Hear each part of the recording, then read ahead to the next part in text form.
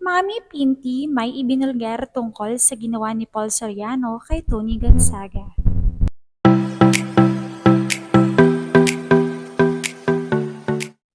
Hindi pa rin matuldukan ng issue patungkol kina Tony Gonzaga at asawa nitong si Paul Soriano na umano'y nasa hindi magandang sitwasyon ang kanilang relasyon.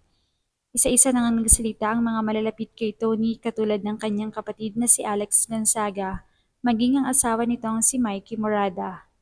Samantala ngayon ay hindi na rin napigilan ng mismong ina ni Tony na si Mami Pinti ang magsalita tungkol sa isyong kinakaharap ng kanyang anak. Ayon sa kanya, pinalaki niya ng maayos si Tony. May delikadesa at paninindigan sa buhay. Hinubog siyang maging matapang sa lahat ng oras at ipaglaban ang karapatan lalo na kung naagrabyado na siya. Bilang ina ay masakit sa kanyang makita na ganoon ang nangyayari sa pagsasama ng kanyang asawang si Paul. Sinubukan daw nilang kausapin ang mag-asawa, subalit hindi ito naayos. Pagbabahagi pa ni Mommy Pinti, si Tony talaga yung tipo ng tao na sobrang mapagpatawad, to the point na martir na talaga siya pagdating sa pag-ibig. Wala daw siyang hangad kundi maging masaya si Tony, pero kung ang kapalit ay ang pagkaapak ng kanyang pagkababae at karapatan, eh hindi na yon tama.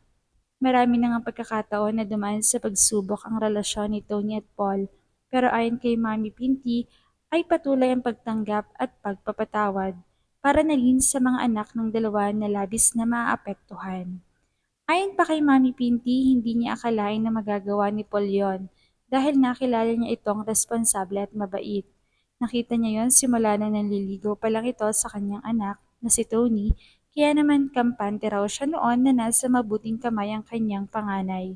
Ngunit tila nagbago na ang lahat.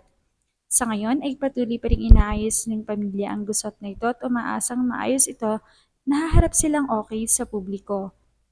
Marami na kasi ang mga lumalabas na haka-haka, subalit ang totoo ay talagang mayroong pinagdadaanan ang relasyon ni na Tony at Paul na talagang gusto nilang maresolba, lalo't higit, isang malaking pangalan at imahe ang kanilang ipinundar ng mahabang panahon at hindi nila hahayaan na masira na lamang ito ng ganon na lamang.